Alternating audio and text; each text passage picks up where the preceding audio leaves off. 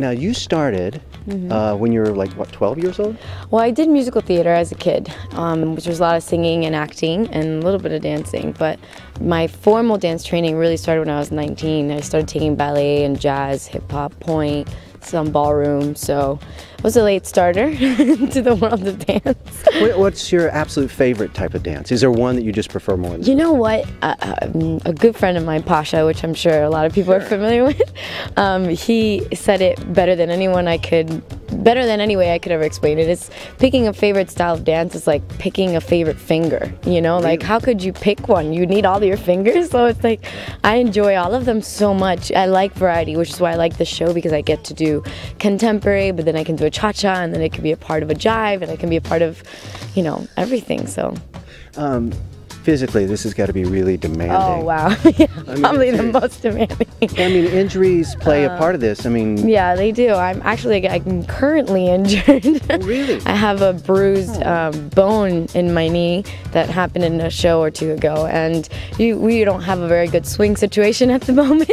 So you kind of have to just be very careful, really warm up, which is what I help the cast do majorly, and just get ready, because the adrenaline is going to start kicking in and you forget about it, and then it gets worse. So you just have to really prepare and cool down, and yeah, you have to take major care of your body doing the show.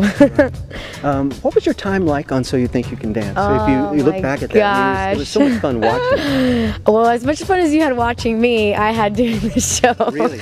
Yeah, it has to have been one of the best experiences of my life. I would go back in a heartbeat, get eliminated top 8 again, like go through the whole exact thing again, because I've made so many great friendships out of it. I've grown, I feel, as a performer so much from it. I've learned to deal with pressure from it, because there's a lot of pressure on us all the time, and yeah, it was amazing. By far, best experience of my life thus far. And you know, you had that TV experience, and then you're also one of the principal dancers on Glee as well? Yes, I was. That whole thing I missed Glee, actually. I was on Vocal Adrenaline, which were the rival, the best school in the state, and it was awesome. I got to meet the entire cast, and then I got to do the Glee Live tour, which was amazing. We performed in Radio City Music Hall, and it was also an amazing experience. Such a fun cast. The choreographers and the producers of the show are really fun people, so the atmosphere, it almost feels like you're not working, you're just having a good time with everyone. So I also know you did the Academy Awards. Yeah. Now, what was that night like, going out on that stage? Are you just so in tune or into your performance that you're not thinking about all the biggest stars in Hollywood sitting out in front? Well, it's funny because you meet them. We got to meet a few of them backstage, because they had the top 10 or the 10 best actress, best actor. They were all lined up on stage before the show started, so we got to actually chat with, like,